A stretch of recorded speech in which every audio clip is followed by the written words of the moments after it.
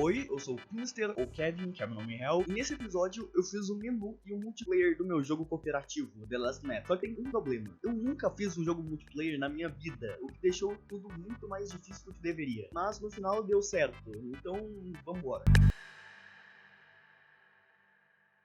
Para começar, eu queria fazer um menu simples e profissional entre várias aspas. Mas ao invés de seguir o padrão de colocar a logo do jogo no topo e os botões embaixo, igual eu fiz em Mary, que aliás está em promoção de 25% na Steam até o dia 9, à meia-noite, a ideia foi fazer algo mais limpo. Quando abrir o jogo, a logo do jogo aparece sozinha, e só depois de pressionar alguma tecla do teclado, o menu principal aparece, com o cenário de fundo e os botões aparecendo como textos.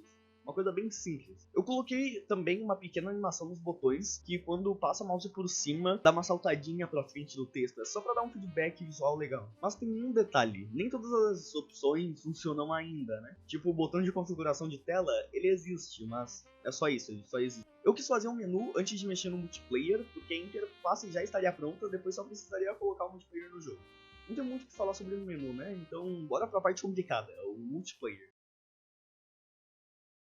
O que eu fiz foi usar o site Photon para criar o servidor do jogo. Aí eu fui programar o sistema de criar e entrar em sala, o que, seguindo um tutorial do YouTube, foi bem simples. Enquanto eu fazia as coisas básicas, estava bem de boa. Mas daí, quando chegou a parte de sincronizar o movimento de cada jogador pro servidor, me complicou. Porque olha só como é que funciona o multiplayer do meu jogo. Eu programei o meu personagem lá no episódio 1, e para fazer um multiplayer, eu preciso transformar esse personagem que eu programei em um preset, que eu possa colocar vários na cena e cada um funcione certinho. Eu preciso programar o jogador sem ser dependente de outro objeto além dele mesmo, entendeu? É isso. Transformando ele em uma predefinição, só fazer com que quando eu crie ou entre em uma sala, seja colocado um player novo na sala.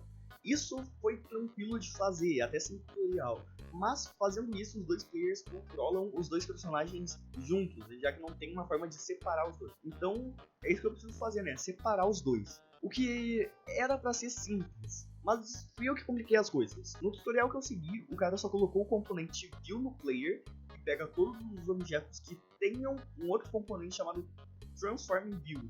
Só que mesmo assim deu problema, porque eu precisava colocar uma verificação lá dentro do código do player, que detectava se o player foi criado por mim ou se foi pelo meu amigo. E mesmo colocando isso, deu outro problema, porque o meu amigo me controlava e eu controlava o meu amigo. O que aconteceu foi que o código da câmera é separado do código de movimentação do player. Então eu fui lá dentro do código e apliquei aquela verificação. E na hora de testar, continuou não dando certo. Eu não sabia o que estava acontecendo. Eu fiquei das 4 horas da tarde até as 9 horas da noite para um problema muito besta. Era só colocar o componente, aquele Transform View, dentro da câmera e acabou funcionando. Tô me mexendo. Tá se mexendo? Funcionou! Eu quero falar O contigo. tá indo, velho. Volta aqui. Como é que pula isso daqui? Só pular.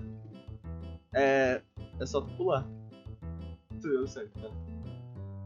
É só Aqui, ó, tá. Tá A dando gente tem que certo, tá achar. funcionando. O multiplayer tava funcionando, mas ainda tava meio cru. O sistema de balanço tava quebrando meio fácil, bem fácil, vamos dizer assim.